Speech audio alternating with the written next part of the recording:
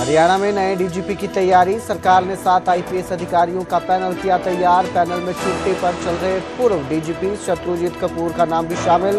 31 दिसंबर को रिटायर होंगे कार्यवाहक डीजीपी ओपी सिंह।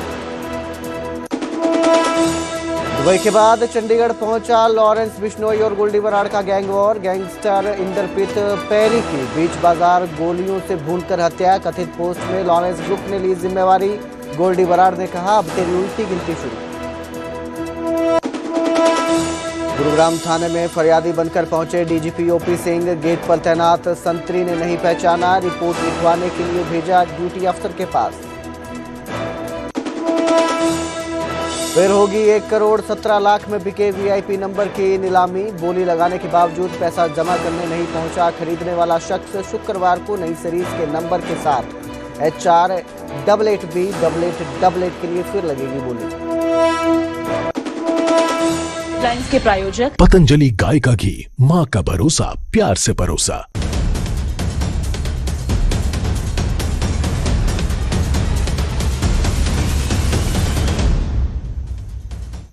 नमस्कार, स्वागत है न्यूज 18 पंजाब हरियाणा में। मैं आपके साथ कुलदीप भारद्वाज। हरियाणा प्राइम की शुरुआत करेंगे एमएलए कुलदीप धालीवाल की प्रेस कॉन्फ्रेंस से। वो प्रेस कॉन्फ्रेंस करते हैं, सीधा आपको वहां ले चलते हैं। दिल्ली के अंदर ਜਿਹੜਾ ਕੂੜਾ ਸਰਦਾ, ਦਿੱਲੀ ਦੇ ਅੰਦਰ ਜਿਹੜਾ ਇੰਡਸਟਰੀ ਦਾ ਪ੍ਰਦੂਸ਼ਣ ਹੈ, ਉਹ ਸਾਰਾ ਦਿੱਲੀ ਦਾ ਵਾਤਾਵਰਨ ਖਰਾਬ ਕਰਦਾ ਹੈ। ਉਹਦਾ ਦੋਸ਼ ਜਿਹੜਾ ਪੰਜਾਬ ਦੇ ਸਿਰ ਤੇ ਪੰਜਾਬ ਦੇ ਕਿਸਾਨਾਂ ਦੇ ਸਿਰ ਤੇ ਮੜਿਆ ਜਾਂਦਾ।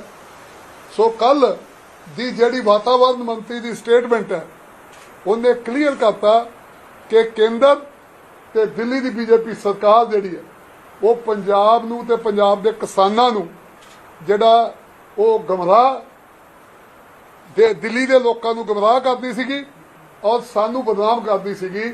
ਇਸ ਕਰਕੇ ਮੈਂ ਕਹਿਣਾ ਚਾਹੁੰਦਾ ਕਿ ਪੰਜਾਬ ਨੂੰ ਜਿਹੜਾ ਲਗਾਤਾਰ ਬਦਨਾਮ ਕੀਤਾ ਜਾਂਦਾ ਹੈ, ਉਹ ਸੱਚ ਜਿਹੜਾ ਸਾਹਮਣੇ ਆ ਗਿਆ। ਇੱਕ ਹੋਰ ਕੱਲ ਤੁਸੀਂ ਦੇਖਿਆ ਹੋਣਾ ਨਿਊਜ਼ ਟੀਵੀ ਦੇ ਉੱਤੇ ਚੱਲਦੀ ਹੋਣੀ, ਇਹਦੇ ਸੰਬੰਧ ਦੇ ਵਿੱਚ ਹੀ CSE ਇੱਕ ਆਰਗੇਨਾਈਜੇਸ਼ਨ ਹੈ ਦਿੱਲੀ ਦੀ, ਜਿਹੜੀ ਬਹੁਤ ਵੱਡੀ ਇੱਥੇ ਵਾਤਾਵਰਨ ਤੇ ਕੰਮ ਕਰਦੀ ਆ। ਉਹਨਾਂ ਨੇ ਵੀ ਕਿਹਾ ਕਿ ਪਰਾਲੀ ਦਾ ਜਿਹੜਾ ਧੂਏ ਦਾ ਅਸਰ ਹੈ ਵੀ ਉਹ ਕਿਤੇ ਜੇ ਹੋਊਗਾ ਵੀ ਤਾਂ 2% ਤੋਂ ਲੈ ਕੇ 5% ਹੋਊਗਾ। ਬਾਕੀ ਸਾਰਾ ਉਹਨਾਂ ਨੇ ਕਿਹਾ ਕਿ ਦਿੱਲੀ ਦੇ ਵਿੱਚ ਜਿਹੜੀ ਕੂੜੇ ਨੂੰ ਅੱਗ ਲਾਉਂਦੇ ਆ, ਦਿੱਲੀ ਦੇ ਵਿੱਚ ਗੱਡੀਆਂ ਦਾ ਪ੍ਰਦੂਸ਼ਣ, ਦਿੱਲੀ ਦੇ ਵਿੱਚ ਇੰਡਸਟਰੀ ਦਾ ਪ੍ਰਦੂਸ਼ਣ ਜਿਹੜਾ ਉਹਦੇ ਕਰਕੇ ਮਤਲਬ ਜਿਹੜਾ ਵਾਤਾਵਰਨ ਲਗਾਤਾਰ ਜਿਹੜਾ ਦਿੱਲੀ ਦਾ ਖਿਲਾਫ ਰਹਿੰਦਾ। ਔਰ ਮੈਂ ਇੱਕ ਗੱਲ ਹੋਰ ਕਹਿਣੀ ਚਾਹੁੰਦਾ ਕਿ ਅਸੀਂ ਤਾਂ ਸਾਲ ਦੇ ਵਿੱਚ ਇੱਕ ਵਾਰ ਪਰਾਲੀ ਦੀ ਰਹਿੰਦ ਖੂੰਹਦ ਜਿਹੜੀ ਆ ਕਿਸਾਨ ਕਿਤੇ ਉਦੋਂ ਕੋਈ ਕਿਸਾਨ ਜੇ ਅੱਗ ਲਾਉਂਦਾ ਜਾਂ ਦੂਜੀ ਵਾਰ ਕਿਤੇ ਜਿਹੜਾ ਕਣਕ ਦਾ ਜਦੋਂ ਹੁੰਦਾ ਉਦੋਂ ਉਹਦੇ ਨਾੜ ਨੂੰ ਕੁਛ ਅੱਗ ਲਾਉਂਦਾ। ਇਹ 2 ਵਾਰ ਸਾਲ ਜਿਹੜਾ ਸਾਰਾ ਹੁੰਦਾ। ਪਰ ਸਾਰਾ ਸਾਲ ਦਿੱਲੀ ਦੇ ਵਿੱਚ ਵਾਤਾਵਰਨ ਜਿਹੜਾ ਖਰਾਬ ਰਹਿੰਦਾ, ਇਹਦੇ ਲਈ ਜ਼ਿੰਮੇਵਾਰ ਉੱਥੋਂ ਦੀ ਸਰਕਾਰ, ਕੇਂਦਰ ਦੀ ਸਰਕਾਰ ਹੈ। ਉੱਥੋਂ ਦੀ ਸਰਕਾਰ ਨੇ ਜਿਹੜਾ ਧੂਏ ਕਰਕੇ ਜਿਹੜਾ ਦਿੱਲੀ ਦੀ ਇੰਡਸਟਰੀ ਦੇ ਧੂਏ ਕਰਕੇ ਜਿਹੜਾ ਦਿੱਲੀ ਦੇ ਕੂੜੇ ਨੂੰ ਅੱਗ ਲੱਗਦੀ ਹੈ, ਉਹਦੇ ਧੂਏ ਕਰਕੇ ਜਿਹੜਾ ਅਸਰ ਹੁੰਦਾ, ਉਹਦੇ ਤੇ ਕੋਈ ਕੰਟਰੋਲ ਨਹੀਂ ਕੀਤਾ, ਨਾ ਉਹਨਾਂ ਕੋਲ ਕੋਈ ਇਦਾਂ ਦਾ ਪਲਾਨ ਹੈ। ਸੋ ਦਿੱਲੀ ਦੇ ਲੋਕ ਵਿਚਾਰੇ, ਤੁਸੀਂ ਅੱਜ ਵੀ ਚੱਲ ਜਾਓ ਦਿੱਲੀ 'ਚ, ਅਜੇ ਤਾਂ ਕਣਕਾਂ ਵੀ ਬੀਜ ਲੀਆਂ, ਸਾਡਾ ਤਾਂ ਕਈ ਦਿਨਾਂ ਦਾ ਕੰਮ ਵੀ ਨਿਬੜ ਗਿਆ। ਮੈਂ ਪਿਛਲੇ ਹਫ਼ਤੇ ਦਿੱਲੀ ਗਿਆ ਸੀਗਾ।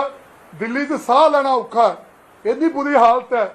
ਹੁਣ ਮਤਲਬ ਜਿਹੜਾ ਭੁਪਿੰਦਰ ਯਾਦਵ ਜੀ ਦੇ ਬਿਆਨ ਤੋਂ ਬਾਅਦ ਜਿਹੜਾ ਹੁਣ ਦਿੱਲੀ ਦੀ ਸਰਕਾਰ, ਦਿੱਲੀ ਦੀ ਮੁੱਖ ਮੰਤਰੀ ਤੇ ਉਹ ਦਿੱਲੀ ਦੇ ਮੰਤਰੀ ਸਾਹਿਬ ਜਿਹੜੇ ਬੜੇ ਬੋਲਦੇ ਹੈਗੇ ਸੱਸਾ ਸਾਹਿਬ, ਹੁਣ ਉਹਨਾਂ ਨੂੰ ਦੱਸਣਾ ਚਾਹੀਦਾ ਲੋਕਾਂ ਨੂੰ ਕਿ ਤੁਹਾਡੇ ਪ੍ਰਦੂਸ਼ਣ ਵਾਸਤੇ, ਤੁਹਾਡੇ ਲਈ ਜਿਹੜਾ ਦਿੱਲੀ ਦੇ ਵਿੱਚ ਪ੍ਰਦੂਸ਼ਣ ਹੈ, ਇਹਦੇ ਲਈ ਜ਼ਿੰਮੇਵਾਰ ਕੌਣ ਹੈ।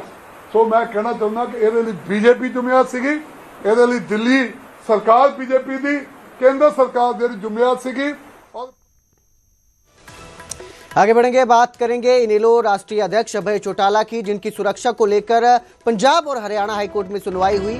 चंडीगढ़ हाईकोर्ट ने सुरक्षा मामले पर जवाब मांगा है।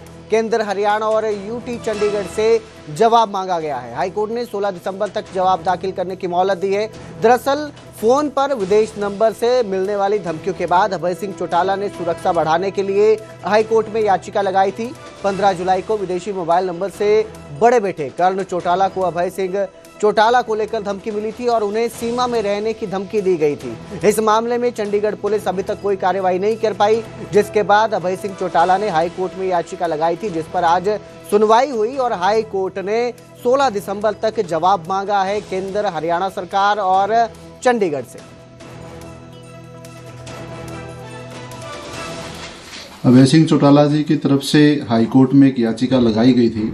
उस याचिका के अंदर चौटाला जी की तरफ से मांग की गई कि उन्हें Z+ या Z सिक्योरिटी दी जाए और जो मौजूदा सिक्योरिटी Y+ की उनको मिली हुई है वो इनसफिशिएंट है, बिकॉज इसकी सिक्योरिटी मिलने के बाद भी अभय सिंह चौटाला जी की लाइफ को थ्रेट कंटिन्यू बना हुआ है। रिसेंटली भी आपने देखा होगा, जुलाई के मंथ में 15 जुलाई को करण चौटाला जी के फ़ोन के ऊपर एक थ्रेट कॉल आती है और चौटाला साहब के PA के पास भी एक थ्रेट कॉल आती है कि उनकी जान को बहुत बड़ा खतरा होगा और इस प्रकार से एक बहुत बड़ी भाषा इस्तेमाल करते हुए डायरेक्ट थ्रेट चौटाला जी को दी गई थी।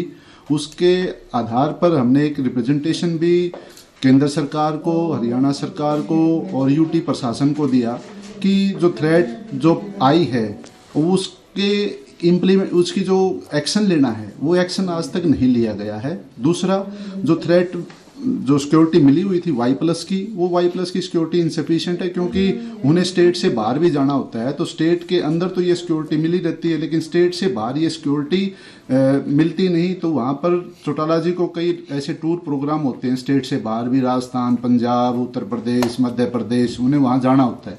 तो वहाँ उनकी इनसिक्योरिटी बनी हुई रहती है। और जो रिसेंट में जो पार्टी के जो हमारे 2 बड़े पदाधिकारी थे, नफे सिंह राठी जी का जो मर्डर हुआ एक ब्रूटल मैनर में, बहुत बड़ी वारदात थी, वो पार्टी के हमारे अध्यक्ष थे, उनका मर्डर होना। उसके बाद जो INLD के जो प्रत्याशी थे, साझा प्रत्याशी थे हरबिलास यमुनानगर से, उनका भी मर्डर होना। पार्टी के 2 बड़े नेताओं का मर्डर होना और कंटिन्यूअस उनको थ्रेट मिली रहना और सरकार के द्वारा कोई भी गिरफ्तारी न होना, ये कंटिन्यू इनकी जो थ्रेट है उसको आधार बना के चौटाला जी की तरफ से आज मांग की गई थी। और अब जिक्र करेंगे बहादुरगढ़ का, जहां फॉर्च्यूनर मालिक ने हाईवे पर जमकर हंगामा किया। मस्टैंग डोली की कार को उसने कई बार टक्कर मारी और फिर अर्धनग्न होकर हाईवे पर गाड़ियां रोकता नजर आया।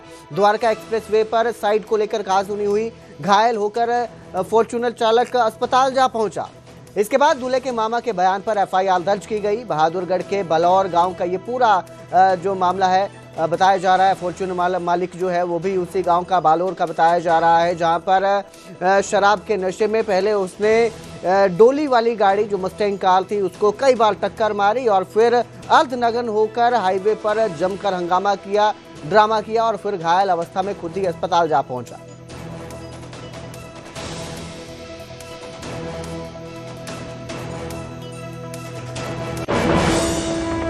गुरुग्राम में साइबर थाने का अचानक निरीक्षण और वो भी डिजिटल अरेस्ट पीड़ित बनकर। यह कार्रवाई खुद DGP OP सिंह ने की। सिस्टम की नब्ज टटोलने के इस अनोखे कदम ने पूरे थाने में हलचल मचा दी। DGP के इस सरप्राइज चेकिंग के बाद कई बड़े फैसले भी लिए गए। ये रिपोर्ट देखिए। गुरुग्राम के साइबर थाने में ऐसा नजारा देखने को मिला जिसकी किसी को उम्मीद नहीं थी। हरियाणा के पुलिस महानिदेशक OP सिंह खुद एक डिजिटल अरेस्ट पीड़ित बनकर थाने पहुंचे ताकि पता चल सके कि साइबर अपराधों में पीड़ित से पेश आने की थाने की असली प्रक्रिया क्या है। हैरानी की बात यह रही कि गेट पर तैनात सिपाही ने उन्हें पहचाना भी नहीं और जब उन्होंने शिकायत दर्ज करवाने की बात कही तो उन्हें ऊपर कमरा नंबर 24 में भेज दिया गया। लेकिन जब DGP ऊपर पहुंचे तो वहां मौजूद कुछ पुलिसकर्मियों ने उन्हें पहचान लिया। 24। हाँ भाई, ड्यूटी अफसर कौन है यहाँ पर? पहचान गए मुझे? जी सर। किधर है? बैठो। कौन है? कुर्सी तुम्हारी कौन सी है? बैठो, बैठ जाओ, बैठो। इसी दौरान एक एक करके CP, DCP, ACP, SHO और DA मौके पर पहुंचे। लंबी वार्ता चली और यहीं से बैंक की जवाबदेही से लेकर लोक अदालत में राहत तक कई बड़े फैसले निकले। DGP ने अधिकारियों को निर्देश दिए कि हर सप्ताह में कम से कम एक साइबर थाने का औचक निरीक्षण किया जाए। पीड़ितों की समस्याओं को पहचाना जाए और मौके पर समाधान तय किया जाए। मेरा जो अनुभव है कि अगर कोई आपको ठगने की कोशिश करे, पर्टिकुलर साइबर क्राइम में, तो मुझे लगता है कि अगर साइबर क्राइम थाने में आप जाएंगे तो कोई आपको, जो आप सिनेमा में दिखाते हैं कि वहां तो पता नहीं क्या होता है, इतना बढ़िया थाना है, कितने मतलब अच्छे व्यवहार के लोग यहाँ पर हैं, तो आके देखेंगे। वैसे भी आया करें। हम तो मैंने को कहा है कि अगर कोई शिकायत नहीं भी दर्ज करना, वैसे ही थाने का विजिट करना चाहते हैं, करें। इसके साथ ही डीजीपी ने नागरिकों को भी चेताया कि साइबर अपराध ज्यादातर भय और लालच के जरिए होते हैं। उन्होंने साफ कहा, यदि कोई आपको कमाई, इनाम या दबाव में पैसे भेजने को कहे तो समझिए आप निशाने पर हैं। संदिग्ध कॉल या लिंक आए तो तुरंत 1930 पर शिकायत करें। जो एंड्रॉयड पैकेजिंग किट होती है, तो आपने क्लिक किया, आपको तो नहीं पता है, आपने क्लिक कर दिया, पैसे चले गए आपके अकाउंट से। तो बैंक के पास व्यवस्था तो होनी चाहिए कि जब क्लाइंट ने प्रोसेस नहीं किया है, पैसे वो भरेंगे। डीजीपी ने भरोसा दिया कि हरियाणा पुलिस साइबर अपराधों के खिलाफ लगातार सख्त कार्रवाई कर रही है और तकनीकी क्षमता बढ़ाने के साथ हर नागरिक की डिजिटल सुरक्षा सुनिश्चित की जाएगी। गुरुग्राम से धर्मवीर शर्मा की रिपोर्ट, न्यूज़ 18 पंजाब हरियाणा।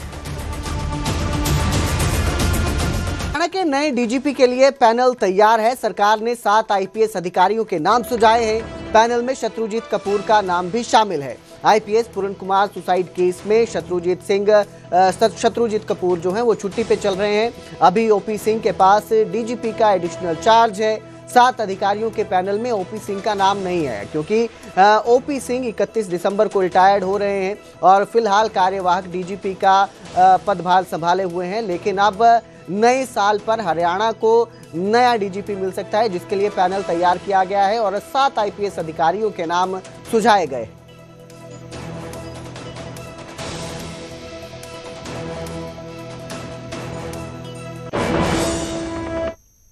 हरियाणा में वीआईपी नंबर HR88B8888 की फिर बोली लगेगी। वीआईपी नंबर HR8B8888 की नीलामी टल गई है। दरअसल पिछले दिनों 1 करोड़ 17 लाख रुपए में यह नंबर बिका था। हिसार की आजाद नगर कॉलोनी के सतवीर ने इस नंबर को खरीदा था, लेकिन 5 दिन के अंदर पैसा जमा करवाने का समय दिया गया था, जो वो जमा नहीं करवा पाए और इस वजह से ये बोली टल गई और अब इसकी दोबारा बोली लगाई जाएगी। शुक्रवार तक नई सीरीज की फिर नीलामी होगी और इसमें एक बार फिर HR88B8888 की नीलामी होगी। इसके लिए बोली लगाई जाएगी।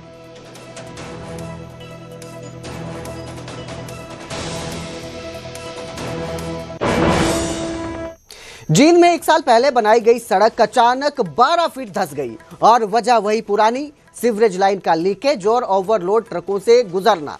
गनीमत रही कि कोई जनहानि नहीं हुई, लेकिन सवाल अब निर्माण गुणवत्ता पर उठ रहे हैं।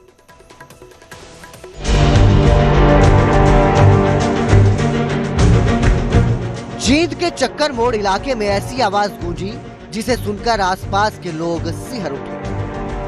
देखते ही देखते सड़क का बड़ा हिस्सा 12 फीट नीचे समा गया। यह वही सड़क है जिसे 1 साल पहले बनाया गया था और दावा किया गया था कि इसकी मजबूती 2 दशक तक कायम रहेगी, लेकिन 15-20 साल का वादा सिर्फ 12 महीनों में ही ध्वस्त हो गया। स्थानीय लोगों का कहना है कि सड़क के नीचे से गुजर रही सीवरेज पाइपलाइन लंबे समय से लीकेज कर रही थी। पानी लगातार बह रहा था, मिट्टी खोखली होती गई और विभागीय लापरवाही ने इस हादसे की नींव तैयार कर दी। ये सड़क बनी थी 1-1.5 साल होया इसने और ये टूट गई सीवर की वजह से। सीवर लीक होना है, सीवर लीक हो गया, वो लीक होने के सड़क बैठ गई, कुछ घटिया लगे। दूंगा तो ये होगा 10-12 फुट 10-12 फुट। कोई नुकसान तो बच गया। ट्रक ओवरलोड गाड़ी थी, खाद से भरी हुई थी, वो पलटने से। लोगों में गुस्सा है। ठेकेदार, अधिकारियों और पूरी निर्माण प्रक्रिया की गुणवत्ता सवालों के घेरे में है।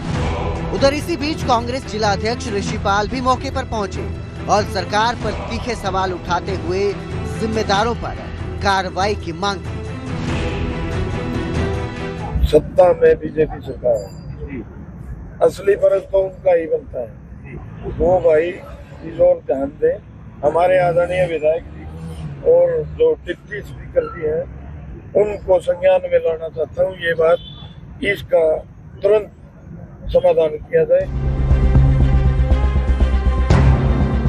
गनीमत रही कि हादसे के वक्त सड़क पर कोई राहगीर नहीं था, लेकिन इस घटना ने निर्माण गुणवत्ता पर गंभीर सवाल खड़े कर दिए।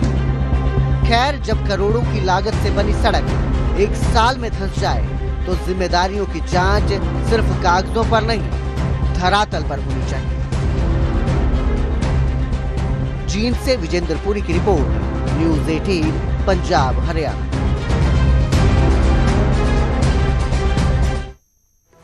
पंजाब के जीरकपुर में एक धार्मिक कार्यक्रम में सीएम नायब सैनी ने शिरकत की। कार्यक्रम में राज्य खेल मंत्री गौरव गौतम, शहरी स्थानीय निकाय मंत्री विपुल गोयल भी मौजूद रहे। बॉलीवुड सिंगर मीका भी माता की चोटी में सीएम सैनी संग नजर आए। वहीं मास्टर सलीम, अफसाना खान और हरियाणवी सिंगर मासूम शर्मा भी दिखाई दिए।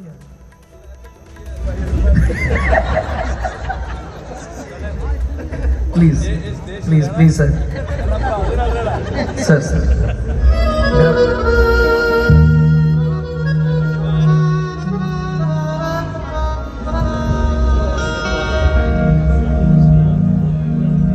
भोले दी बरात चढ़ी गज बज के